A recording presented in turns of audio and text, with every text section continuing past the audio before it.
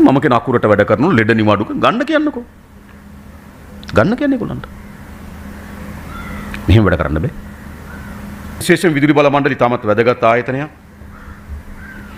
විදුලි බල මණ්ඩලය දිගටම එක මණ්ඩලයක් හැටියට විශාලයි. සේවක 26000කට ආසන්න ප්‍රමාණයක් ඉන්නවා. එක බෝඩ් එකකින් මැනේජ් කරනවා. ඒ නිසා කොතනද ලීකේජ් එක තියෙන්නේ? කොතනද අර්බුදය තියෙන කියලා තවරා ගන්න බැරි තරමට ප්‍රශ්න තියෙනවා. එක එක අය එක එක තැනට ඇඟිල්ල දික් කරනවා. මෙන්න මෙතන නිසා තමයි මේ බලාගාර නිසා තමයි මේක වෙන්නේ කියනවා.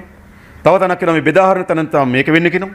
තව කෙනෙක් කියනවා මේ සම්ප්‍රේෂණය නිසා තමයි මේක සිද්ධ වෙන්නේ කියනවා. ඔය විදිහට අර්බුදයක් තියෙන අර්බුදයට අයිතිකාරයෝ නැතුව ඉන්නේ. 26000ක් එක බෝඩ් එකකින් මෙහෙවනවා. විවිධ යෝජනා තිබුණා. මම කඩන්න යෝජනා තිබුණා.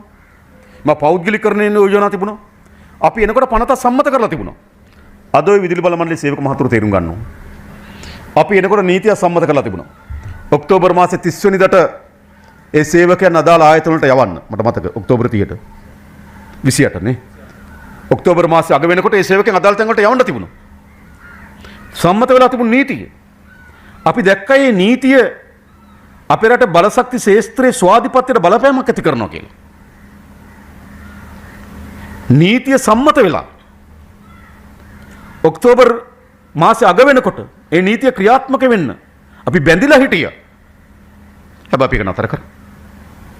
නතර කරලා අපේ රටේ බලශක්ති ශේෂ්ත්‍රයේ ස්වාධිපත්‍ය ආරක්ෂා වෙන විදිහටත් ආයතන කාර්යක්ෂම කිරීම සඳහා අවශ්‍ය වෙන අලුත් නීතියක් අපි සම්මත කරා. දැන් මම විදුලි බල සේවක මහතුරුන් අහන්නේ පරණ එක වෙනස් කරපේක අපරාධයක්ද? ස්ට්‍රයික් කරන්න. පරණ එක වෙනස් කරපේක තමගේ අයිතිවාසිකම් කප්පාදු කිරීමක්ද? නෑ. පරණ එක වෙනස් කරපේක තමයි සේවක මහතුරුගේ අයිතිවාසිකම් ආරක්ෂා කරලා තියෙන්නේ. මම කියන අකුරට වැඩ කරනු ලෙඩ නිවාඩුක ගන්න කියන්නකෝ. ගන්න කියන්නේ ඒගොල්ලන්ට.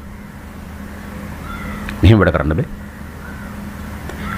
ඒකට කවුරුත් නින්දාශීලී වෙලා හිටියේ. නීතිය සම්මත වෙලා තිබුණා. ඔක්තෝබර් මාස අග වෙනකොට ක්‍රියාත්මක කළ යුතු අපි නතර කරා. නතර කර අලුත් නීතියක් හදලා දුන්නා. දැන් මොකද ලෙඩ නිවාඩු දාන්න තියෙන හේතුව? එහෙම වැඩ කරන්න බෑ.